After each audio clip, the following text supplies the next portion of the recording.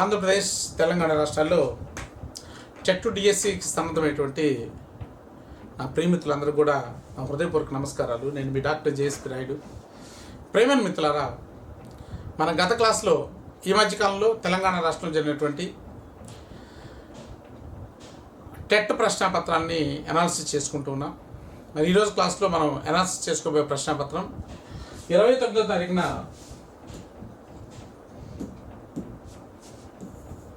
29/5/2024 shift 2లో జరిగినటువంటి ప్రశ్నాపత్రాన్ని మనం చూస్తున్నాం. మన ప్రతి పేపర్లో కూడా మెథడాలజీకి సంబంధించి 12 బిట్స్ అనేవి ఉంటాయి. కాబట్టి ఈ 12 బిట్స్ ఎలా వచ్చినాయి, ఓకే విత్ ఇన్ సిలబస్లో వచ్చినాయా, అవుట్ ఆఫ్ సిలబస్లో వచ్చినాయా అనేది కూడా డిస్కస్ చేసుకుంటున్నాం. దీన్ని బట్టి మనం డిఎస్సి వచ్చేటువంటి మెయిన్ ఎగ్జామినేషన్ డిఎస్సిలో మనం ఎలా సన్నద్ధం అవ్వాలి, ఎలాంటి బుక్స్ మనం చదువుకోవాలి, ఇలాంటి విషయాల్ని మనం అవగాహన చేసుకోవడానికి ఈ పేపర్స్ అనాలిసిస్ అనేవి చాలా ఉపయోగపడుతుందని చెప్పేసి నేను భావిస్తున్నాను ఫ్రెండ్స్. అలాగే మిమ్మల్ని సన్నద్ధం చేయడానికి మనం గతంలో గ్రాండ్ టెస్ట్ 50 గ్రాండ్ టెస్ట్ సిరీస్ని మనం ఏర్పాటు చేసుకున్నాం. ఇప్పుడు ఆల్రెడీ ఒక 37 గ్రాండ్ టెస్ట్ మనం కంప్లీట్ చేసుకోవడం జరిగింది. మరి మిగతా గ్రాండ్ టెస్ట్లు కూడా మిగతా కంప్లీట్ చేయడానికి ప్రయత్నం చేస్తాను ఫ్రెండ్స్. మీకు ఈ గ్రాండ్ టెస్ట్ అనేవి మీకు భవిష్యత్తులో ఎగ్జామినేషన్లో క్వశ్చన్స్ ఎలా అడుగుతున్నా దాన్ని బేస్ చేసుకొని మీకు క్వశ్చన్స్ అనేవి సొంతగా తయారు చేయటం జరుగుతుంది ఫ్రెండ్స్. మరి ఇవన్నీ మీకు ఉపయోగపడుతుందని చెప్పేసి భావిస్తున్నాను. మరి ఈ ఛానల్ మొదటిసారిగా చూసేవాళ్ళు తప్పనిసరిగా సబ్స్క్రైబ్ చేసుకోండి. మరి మన క్లాసెస్ను ఉపయోగించుకోండి, మంచి స్కోర్ సంపాదించి లైఫ్లో సెటిల్ అవ్వండి ఫ్రెండ్స్. మరి చూద్దాం, మరి ఈ యొక్క 29వ తారీఖు జరిగినటువంటి పేపర్స్లో ఉన్నటువంటి బిట్స్ గురించినటువంటి విషయాన్ని ఒకసారి డిస్కస్ చేద్దాం ఫ్రెండ్స్. ఇక్కడ మనకి టెస్ట్ నెంబర్ 139 క్వశ్చన్ నుంచి మనకు స్టార్ట్ అవుతుంది. చూడండి, సాంఘిక శాస్త్ర అధ్యయన మానవుల్లోనూ అతని సాంఘిక భౌతిక పర్యావరణాల మధ్య వర్తమాన భవిష్యత్ కాలంలో జరిగే పరస్పర చర్యలకు సంబంధించినట్టు నిర్వహించిన వారు ఎవరని చెప్పేసి అడిగారు. ఇది మనకి ఫస్ట్ చాప్టర్లో ఉన్నటువంటి బిట్. చాప్టర్ 1లో మనం ఏ చాప్టర్ చూద్దాం. చాప్టర్ 1లో out of syllabus, with in syllabus అని కూడా డిస్కస్ చేద్దాం. దీంట్లో మనకి ఓల్డ్ బుక్లో మనం తీసుకుంటే మనకి నిర్వచనాలు అనేటువంటిది, నిర్వచనాలు దాదాపుగా 13 రకాల నిర్వచనాలు ఉన్నాయి. దాంట్లో ఒక నిర్వచనం తప్పనిసరిగా వస్తుందని చెప్పేసి దీనికి సంబంధించిన నిర్వచనాల మీద మనం యూట్యూబ్లో ఒక వీడియో కూడా మనం చేయడం అనేది జరిగింది ఫ్రెండ్స్. ఆ నిర్వచనానికి తప్పనిసరిగా బిట్ అడుగుతున్నాం. ఓకే, ఇది న్యూ బుక్లో లేదు, ఓల్డ్ బుక్లో అడిగాడు. సో కాబట్టి ఇది ఓల్డ్ బుక్ సంబంధించిన బిట్ అనమాట. ఓకే, ఇక్కడ జే ఫారెస్టర్ సాంఘిక శాస్త్రం అంటే సమాజ అధ్యయనం, సమాజంలో వ్యక్తులు జీవించేటువంటి విధానం అని చెప్పేసి ఆయన జే ఫారెస్టర్ చెప్పడం అనేది జరిగింది. అలాగే జాన్ మైకెల్స్ ఈ డెఫినేషన్ చెప్పింది, మైకెల్స్ ఈ డెఫినేషన్ చెప్పాడు. Okay, next EB Wesley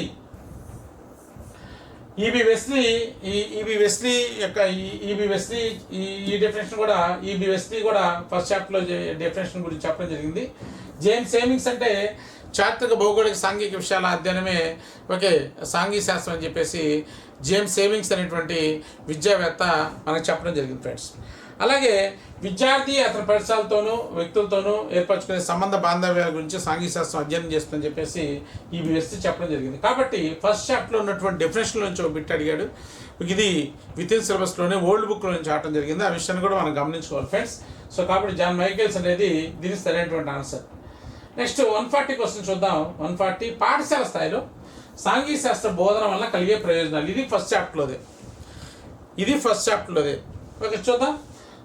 social learning అనేది జరుగుతుంది. సామాజిక అధ్యయనం అంటే సమాజం గురించి విద్యార్థి తెలుసుకుంటాడు అనేది. Competence in teaching tackling problems అంటే సమస్య పరిష్కారంలో సమర్థత. అందుకే సాంఘిక శాస్త్రం మెయిన్ కాన్సెప్ట్ ఏంటంటే విద్యార్థులు నిజీవితంలో ఎదురయ్యేటువంటి సమస్యను పరిష్కరించే సామర్థ్యం సాంఘిక శాస్త్రం ద్వారా రావాలనేది దీంట్లో మెయిన్ కాన్సెప్ట్గా చెప్పుకుందాం. సహాయ నిరాకరణలో శిక్షణ అన్నాడు. నాన్ కోఆపరేటివ్ మూవ్మెంట్ ఇది ఇర్రెలివెంట్ అనమాట. ఇర్రెలివెంట్ స్టేట్మెంట్ ఇది. ఇక వివేచనాత్మక ఆలోచన, మరి ఇవన్నీ కూడా సాంఘిక శాస్త్రం ద్వారా రావాలని చెప్పేసి మన ఫస్ట్ చాప్టర్ని డెప్త్గా ఎవరైతే స్టడీ చేసి నీట్గా నోట్స్ రాసుకొని ఎవరైతే స్టడీ చేస్తారో, నేను ఫస్ట్ చాప్టర్లో దాదాపుగా 12 గంటల క్లాస్ చెప్పడం జరిగింది. 12 గంటలు చెప్పడం జరిగింది క్లాసు. ఈ 12 గంటల క్లాస్ ఎవరైతే నీట్గా నోట్స్ రాసుకొని ఎవరైతే లైన్ టు లైన్ జాగ్రత్తగా చదువుతారో, 1-2 సార్లు చదివి అర్థం చేసుకుంటారో అలాంటి వాళ్ళు మాత్రం ఇలాంటి బిట్స్ పెట్టడానికి అవకాశం అనేది ఉందండి. మనకి ఎగ్జామినేషన్లో డైరెక్ట్ బిట్స్ ఉండవు. ఒక యూనిట్ మొత్తాన్ని నువ్వు చదువుకున్న తర్వాత యూనిట్ మొత్తం మీద ఒక బిట్ అడుగుతాడు, 4 స్టేట్మెంట్స్ ఇస్తాను అనమాట. అక్కడొకటి ఇస్తాడు, వాటిలో ఏది తప్పు ఏది కరెక్ట్ అని చెప్పేసి అడుగుతాడు అనమాట. ఎక్కడ కూడా మనం ఈ సహాయ నిరాకరణ కాన్సెప్ట్ అనేది మనకి ఫ్రీడమ్ మూవ్మెంట్లో వస్తుంది, గాంధీజీ సంబంధించి. ఇది ఎక్కడ కూడా లేదు.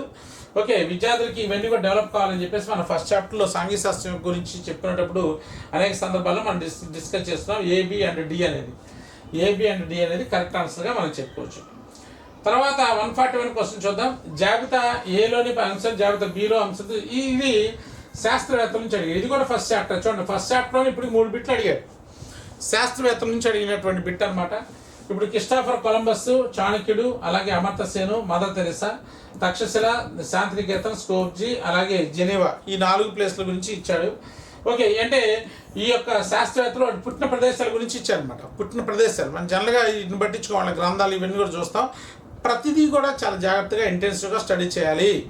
శాస్త్రవేత్తలకు సంబంధించి తప్పనిసరిగా బిట్స్ అడుగుతారు. క్రిస్టోఫర్ కొలంబస్ ఇటలీలో జెనీవాలో ఇటలీలో భాగమైనటువంటి జెనీవాలో జన్మించాడు. ఓకే, 1450 ఆ ప్రాంతంలో. నెక్స్ట్ అలాగే చాణక్యుడు 350 ఆ ప్రాంతంలో తక్షశిలలో జన్మించాడు. ఓకే, అలాగే అమర్త్య సేన్ 1933 ప్రాంతంలో ఓకే శాంతినికేతన్లో జన్మించాడు. అలాగే మదర్ తెరెసా 1910 ప్రాంతంలో ఓకే స్కోప్జీ అనే ప్రాంతంలో జన్మించడం జరిగింది అనమాట. ఇవి వాళ్ళు పుట్టినటువంటి ప్రదేశాల గురించి ఇవ్వడం జరిగింది. సో క్రిస్టోఫర్ కొలంబస్ 4, చాణక్యుడు 1, 4-1 చూడండి, A4 B1 C2. So answer ఇది వాళ్ళు పుట్టినటువంటి ప్రదేశాల గురించి ఇచ్చాడు అన్నమాట. గ్రంథాల గురించి ఇవ్వాలి. అంటే మనం ఒక ఏరియా మనం కాన్సన్ట్రేషన్ చేస్తాం, వాడు ఇంకొక ఏరియాలో బిట్స్ అడుగుతుంటాడు అన్నమాట. కాబట్టి ప్రతిదీ మనకు చాలా ఇంపార్టెంట్. అనేక సందర్భాల్లో నేను చెప్పాను, మెథడాలజీ అంటే అట్ట చదవాల్సిందే. ఎన్ని బుక్స్ చదవాలి? 2 బుక్స్ చదవాలి. ఓల్డ్ బుక్ చదవాలి, న్యూ బుక్ చదవాలి. ఓకే, ఇది మనకి న్యూ బుక్ అనమాట. ఈ న్యూ బుక్ తప్పనిసరిగా ఉండాలి అందరి దగ్గర. ఓకే, అలాగే ఇలాగ ఓల్డ్ బుక్ ఉంటుంది. ఈ ఓల్డ్ బుక్ కూడా మనం దాదాపుగా 500 పేజీల పైన ఉంటాయి. ఈ ఓల్డ్ బుక్ కూడా స్టడీ చేయాలి. అలాగే ఈ మధ్యకాలంలో కొద్దిగా ఇంగ్లీష్ మీడియం బుక్స్ కూడా అడుగుతున్నాడు. ఇప్పుడు ఇది teaching of social studies S K Kochhar. Okay, ఇది కూడా స్టాండర్డ్ బుక్కే. ఈ బుక్ కూడా ఒకసారి రెఫర్ చేస్తే బెటర్ అనమాట. ఇది కానీ ఎస్కే మంగళ కానీ ఇలా ఇంగ్లీష్ మీడియం బుక్స్ ఉంటాయి, 1-2 బుక్స్ రెఫర్ చేస్తే బెటర్. కాబట్టి ఇవన్నీ మీరు చదివేటువంటి టైం ఉంటుంది. కాబట్టి ఈ బుక్స్ అన్ని కూడా మేమే చదివి ఇంపార్టెంట్ విషయాలు మొత్తం కూడా మీకు అందుబాటులో తేవడానికి మేము ప్రయత్నం చేస్తాం అనమాట. కాబట్టి ఈ ఒక ప్రాపర్గా ఒక మంచి గైడెన్స్ అనేది మీరు తీసుకున్నట్టయితే మీరు ఎగ్జామినేషన్లో మంచి సక్సెస్ కావడానికి అవకాశం ఉంది. ఆ విషయాన్ని మీరు గమనించుకోవాలి ఫ్రెండ్స్. రైట్, నెక్స్ట్ ఇది క్వశ్చన్ నెంబర్ 142 చూద్దాం. 8వ తరగతి విద్యార్థి తన ఇచ్చిన పాఠంలో ప్రదేశాల స్థానాన్ని ఖచ్చితంగా గుర్తించట, అందులో గుణదోషాలను వివరించట అన్నవి ఇతరులు ఈ నైపుణ్యం. ఇది మనకి ఓల్డ్ బుక్లో ఉన్నటువంటి బిట్. ఇది నైపుణ్యాల్లో రకాలకు సంబంధించిన బిట్ అనమాట. దానికి సంబంధించి నేను నైపుణ్యాల గురించి చెప్పేటప్పుడు కూడా రెమో అనేటువంటి కోడ్ తోటి చెప్పాను అనమాట. Drawing skill, reporting skill, expression skill, manipulating skill, observation skill అని చెప్పాను అనమాట. ఓకే, డ్రాయింగ్ స్కిల్ అంటే బొమ్మలు గీస్తాడు, రిపోర్టింగ్ స్కిల్ అంటే రాస్తాడు, ఎక్స్ప్రెషన్ స్కిల్ అంటే చెప్తాడు, మ్యానిపులేటింగ్ స్కిల్ అంటే చేస్తాడు, అబ్జర్వేషన్ స్కిల్ అంటే చూస్తాడని చెప్పేసి దాని క్లారిటీగా ఓకే దాదాపుగా ఒక గంటన్నర వీడియో మనం చెప్పుకోవడం అనేది జరిగింది. ఇక్కడ హస్తలాగన ఇప్పుడు ఏంటి, విద్యార్థి తనకి ఇచ్చిన పట్టణంలో ప్రదేశాల స్థానాన్ని ఖచ్చితంగా గుర్తించుట. అంటే ఫర్ ఎగ్జాంపుల్ ఇప్పుడు ఒక మ్యాప్ ఉందండి,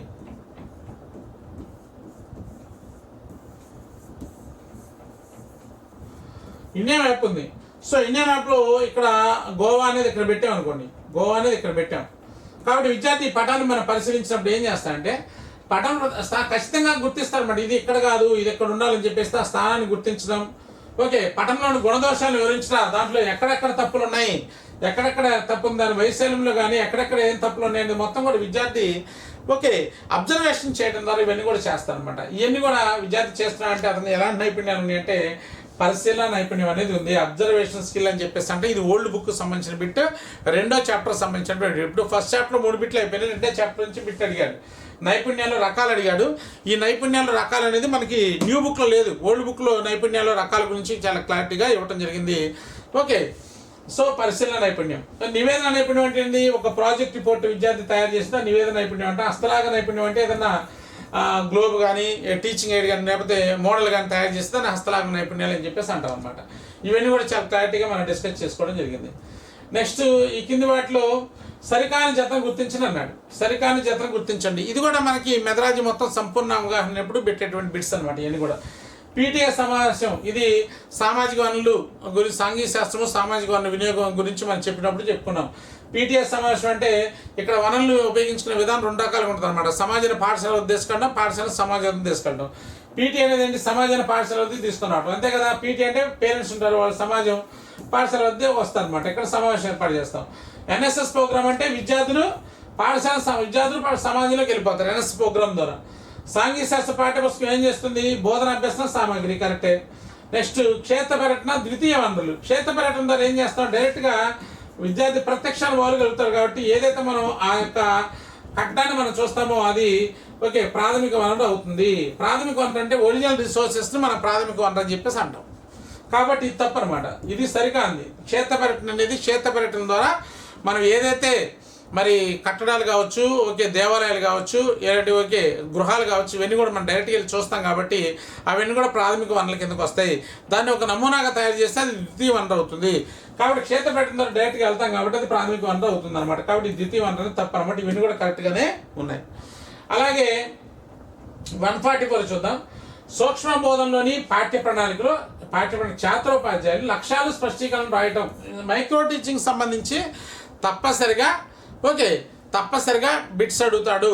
మరి బోధన అనేది తీసుకుంటే బోధన పూర్వదశ ఉంటుంది, బోధనా దశ ఉంటుంది, బోధనాంతర దశ అని చెప్పేసి మైక్రో టీచింగ్లో నేను క్లారిటీగా తెలియజేశాను. బోధన పూర్వదశలో మనం ఏం చేస్తాం, లక్ష్య స్పష్టీకరణ రాసుకుంటాం, సంబంధించి బోధనా పద్ధతిని ఎంచుకుంటాం, టీచింగ్ ఎయిడ్స్ని సేకరించుకుంటాం, ఓకే మొత్తం సిద్ధం చేసుకుంటాం అనమాట. ఓకే తర్వాత బోధనా దశలో ఏం చేస్తాం, ఓకే ఆ యొక్క టీచింగ్ ఎయిడ్స్ని ఉపయోగిస్తాము, టీచింగ్ మెథడ్ని ఉపయోగిస్తాము, ఏదైతే క్వశ్చన్స్ అడుగుతాము ఇవన్నీ కూడా చేస్తాం. ఇవన్నీ బోధనా దశలో జరుగుతాం. మూల్యాంకన దశలో ఏం చేస్తాం, బోధనాంతర దశలో ఓకే పునర్విమర్శ ప్రశ్నలు అడుగుతాము, టెస్ట్ పెడతాం విద్యార్థులకి, ఓకే రెమిడియల్ టీచింగ్ అనే దానికి సంబంధించిన సన్నద్ధం చేస్తాం. ఇవన్నీ కూడా ఈ బోధనలో చివరి దశలో జరుగుతాయి. ఇక లక్ష్య స్పష్టీకరణ ఎప్పుడు రాస్తాం, బోధన ముందు రాస్తాం, బోధన మధ్యలో, బోధన తర్వాత రాస్తామా, లక్ష్య స్పష్టీకరణ బోధన ముందే రాస్తాం. కాబట్టి ఇన్స్ట్రక్షన్ స్కిల్లా కాదు, నెక్స్ట్ బోధనాంతర నైపుణ్యాలు కాదు, బోధన పూర్వ నైపుణ్యాలు కరెక్టే. పరిపుష్టి నైపుణ్యాలు, పరిపుష్టి అంటే ఏంటి, ఫీడ్బ్యాక్ అనమాట. ఫీడ్బ్యాక్లో లక్ష్య స్పష్టంగా రాయటం ఉండదు. ఓకే ఫీడ్బ్యాక్లో మనం చేసిన తప్పులు చెప్పడం అనేది ఉంటుందన్నమాట. కాబట్టి బోధనా పూర్వ దశలో ఈ లక్ష్య స్పష్టంగా రాయటం అనేది ఉంటుంది. Okay right. కాబట్టి బోధనా పూర్వ నైపుణ్యాలు అని చెప్పేసి మనం చెప్పుకోవచ్చు అనమాట. ఓకే ఈ లక్ష్య స్పష్టంగా రాయటం కూడా ఒక నైపుణ్యం అని చెప్పేసి దీని గురించి నేను క్లారిటీగా ఎక్స్ప్లెయిన్ చేయడం అనేది జరిగింది. ఎలా రాయాలి, ఎప్పుడు రాస్తారు ఏంటంటే దాని గురించి కూడా డిస్కస్ చేసుకున్నాం. ఇది మైక్రో టీచింగ్ సంబంధించినటువంటి బిట్, ఇది కూడా మనం చెప్పుకున్నదే.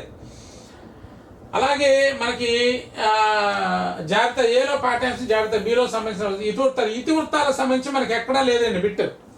ఇతివృత్తాలకు సంబంధించి మనకి డిఎడ్ బుక్లో ఉంది, గమనించాలి. డిఎడ్ బుక్లో నుంచి ఇచ్చాడు ఈ బిట్. మనకి బిఎడ్ బుక్లో, ఓల్డ్ బుక్లో కానీ న్యూ బుక్లో కానీ ఎక్కడ కూడా ఇతివృత్తాలకు సంబంధించిన సమాచారం లేదు. ఓకే ఇతివృత్తాల ఆధారంగా సాంఘిక శాస్త్ర పాఠ్యపుస్తకాలు రూపొందించబడ్డాయి 6-7 తరగతులు అని మాత్రమే ఉంది, కానీ ఏ ఇతివృత్తాలు ఉన్నాయి అనే కాన్సెప్ట్ మాత్రం లేదు. అయినప్పుడు కూడా మన క్లాస్లో చెప్పుకున్నాం కరికులర్ చాప్టర్లో. మరి ఇతివృత్తాలు మనకి ఏమున్నాయి, ఓకే భూమి వైవిధ్యం అనేది ఉంది, ఉత్పత్తి వినిమయం జీవనాధారాలు ఉంది, ఓకే రాజకీయ వ్యవస్థలో పరిపాలన ఉంది, సామాజిక వ్యవస్థ, ఓకే మతం, సమాజం, సంస్కృతి సమాచారం అనేటువంటి 6 రకాల ఇతివృత్తాలనే మనకు ఉంది అనమాట. అంటే ఇక్కడ ఏం లేదు, సాంఘిక శాస్త్ర పాఠ్యపుస్తకాల లెసన్స్ని 6 విభాగాల్లో ఏర్పాటు చేయడం అనేది జరిగింది ఎన్సెట్ 2005 ప్రకారం. అయితే ఆ విభాగాల్లో మరి ఇచ్చే కొన్ని పాఠాలు ఇచ్చాడనమాట. ఈ విషయం కూడా నేను క్లాస్లో డిస్కస్ చేశాను. ఈ పాఠాలని ఏ విభాగంలో పెడితే బాగుంటుందని చెప్పేసి అడిగాడు. ఇక్కడ దో ప్రాంతాలని ఏం చెప్పుకుంటే అక్కడ మనం జాగ్రఫీలో చెప్పుకున్నాం కాబట్టి అది భూమి వైవిధ్యం కిందకి వస్తుంది. భూమి వైవిధ్యం.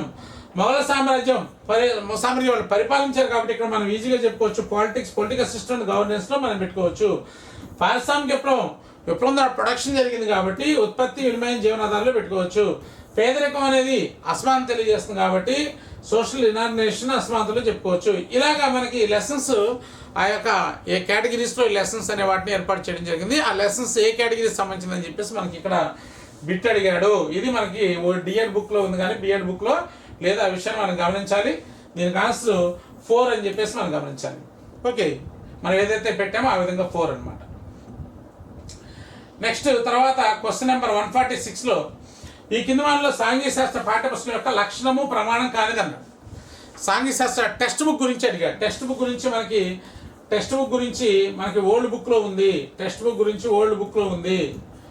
ఓకే కాబట్టి డిఎస్సి ప్రిపేర్ అయ్యేటువంటి అభ్యర్థులు తెలంగాణ కావచ్చు, ఏపీ కావచ్చు, ఏపీ వాళ్ళకి కొద్దిగా న్యూ బుక్లో సిలబస్ ఇచ్చినప్పుడు కూడా దానికి సంబంధించినటువంటి బేసిక్ ఇన్ఫర్మేషన్ నీకు తెలియాలంటే ప్రీవియస్ టెట్ పేపర్స్ ఒకసారి మనం గమనించినట్టయితే ఓల్డ్ బుక్లో నుంచి కూడా బిట్స్ అనేటువంటి సందర్భాలు ఉన్నాయి.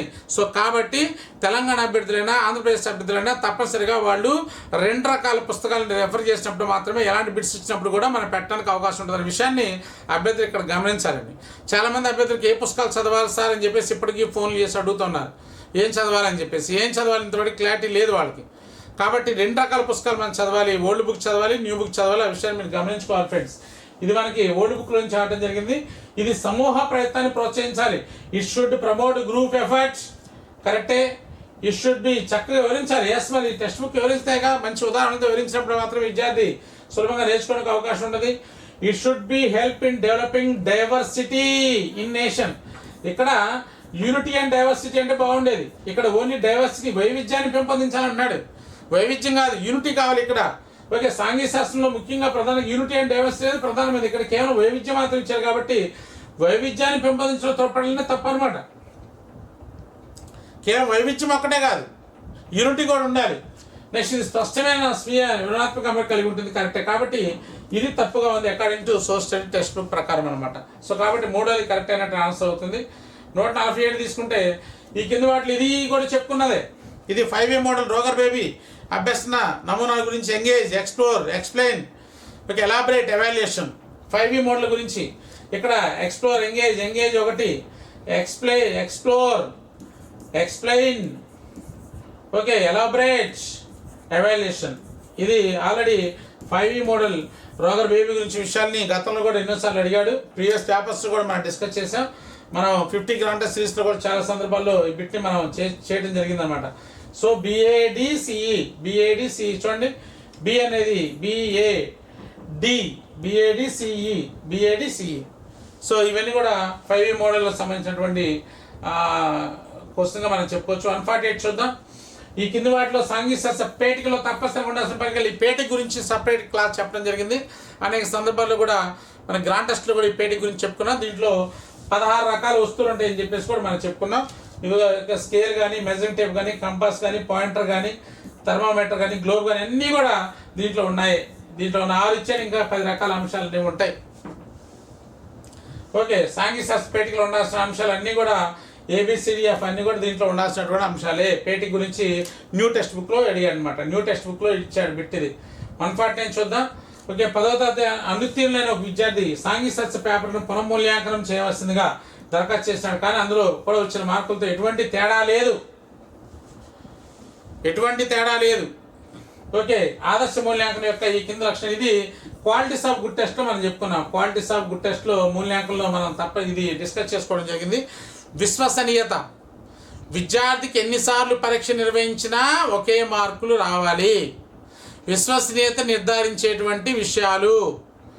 దీని మీద సపరేట్ వీడియో క్లాస్ అనేది మనం చేయడం జరిగింది అనమాట. విద్యార్థికి ఎన్నిసార్లు నిర్వహించినా ఒకే మార్కులు రావాలి. ఇప్పుడు కండక్ట్ చేసాం, 50 మార్కులు వచ్చినాయి. మళ్ళా కొంత వ్యవస్థ తర్వాత కండక్ట్ చేసాం, 50 మార్కులే వచ్చినాయి. ఇలా ఉంటే దానికి విశ్వసనీయత ఉన్నట్టు అనమాట. ఇప్పుడు ఏంటి, 10వ తరగతి విద్యార్థి పేపర్ పునఃమూల్యాంకనం చేయవలసిన దరఖాస్తు, కానీ అందులో ఆ వచ్చిన మార్కులతో ఎటువంటి తేడా లేదు. 50 మార్కులు ఇచ్చి ఇప్పుడు తర్వాత కూడా మళ్ళీ పునఃమూల్యాంకనం చేస్తే ఎప్పుడు దిద్దినా అదే మార్కులు రావాలి విద్యార్థికి. అలా వస్తే అది విశ్వసనీయత ఉన్నట్టు అనమాట. ఇక్కడ ఏమి ఇచ్చాడు, సప్రమాణత. దేన్ని పరీక్షించాలో దాన్నే పరీక్షిస్తే సప్రమాణత. విషయనిష్టత, ఆబ్జెక్టివిటీ. ఉపాధ్యాయుడు ఎంతమంది ఉపాధ్యాయులు దిద్దినా ఒకే మార్కులో రావాలి. ఆబ్జెక్టివిటీ. లోప నిర్ధారణం. రిలయబిలిటీ. విశ్వసనీయత అనేది ఉండాలి. విశ్వసనీయత అనేది దీనికి కరెక్ట్ ఆన్సర్గా మనం చెప్పుకోవచ్చు. Question number 150. ఉపాధ్యాయులు కానీ విద్యార్థులు కానీ తమంతట తామే కింది మూల్యాంకనాన్ని సాధనాన్ని ఉపయోగించి ప్రగతిని ఇక్కడ ఎవరికి వాళ్ళే చేసుకునేది. చాలా జాగ్రత్తగా గమనించాలి. ఇక్కడ సోషియోమెట్రిక్ పరికరాలు. ఈ సోషియోమెట్రిక్ పరికరాలు మనం చేసుకుని వేరే వాళ్ళు చేస్తారు. వేరే వాళ్ళు చేయడం జరుగుతుంది. వేరే వాళ్ళు కండక్ట్ చేస్తారు ఈ సోషియోమెట్రిక్ డివైస్ అనేదాన్ని. నెక్స్ట్ అలాగే సంఘటన రచన రికార్డులు కూడా వేరే వాళ్ళు అసాధారణ ప్రవర్తన విద్యార్థుల్ని వాళ్ళు ఆ యొక్క అసాధారణ ప్రవర్తన గల కారణాలు తెలుసుకోవడానికి వీళ్ళు చేసేది అనమాట. పరిశీలన వేరే వాళ్ళు చేసేది. శోధన చెక్ లిస్ట్ అనమాట. చెక్ లిస్ట్ ఫర్ ఎగ్జాంపుల్ ఒక మంచి వ్యక్తికి ఉన్న అసలు లక్షణాలు వచ్చే కొన్ని లక్షణాలు ఇచ్చారు, అది నాకు ఇచ్చారనుకోండి, మనం టిక్ చేసుకుంటాం ఆ లక్షణాలు మనకు ఉన్నాయా లేవా అని చెప్పేసి. ఒక మంచి పాఠశాలకు ఉన్న అసలు లక్షణాలు తీసుకుంటాం, ఆ పాఠశాలను చూసి మనం టిక్ చేసుకుంటాం. సో ఎవరికి వాళ్ళు అసెస్ చేసుకునేటువంటిది శోధన సూచిక లేక చెక్ లిస్ట్ అని చెప్పేసి మనం చెప్పుకోవచ్చు అనమాట. రైట్ ఫ్రెండ్స్, ఇవి మనకి 29వ తారీఖు జరిగినటువంటి షిఫ్ట్ 2లో జరిగినటువంటి బిట్స్ సంబంధించినటువంటి సమాధానాలు. ఈ యొక్క బిట్స్ మనం ఒకసారి తీసుకున్నట్లయితే అన్నీ కూడా మ్యాక్సిమం 90% విత్ ఇన్ సిలబస్లో అడుగుతున్నాడు, 10% అవుట్ ఆఫ్ సిలబస్ అడుగుతున్నాడు. అవి గమనించాలి మనం. అలాగే ఓల్డ్ బుక్ అడుగుతున్నాడు, అలాగే రెండోది న్యూ బుక్ అడుగుతున్నాడు, అలాగే కొన్ని సందర్భాల్లో ఇంగ్లీష్ మీడియం బుక్స్ కూడా రెఫర్ చేసి వాటిలో నుంచి కూడా బిట్స్ అడుగుతున్నాడు. ఈ విషయాన్ని మనం గమనించాలి.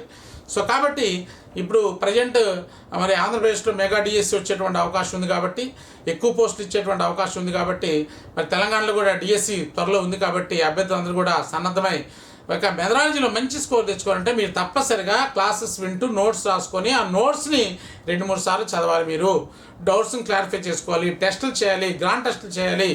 ఓకే, అలా చేస్తే తప్పనిసరిగా మీరు సక్సెస్ అవుతారు.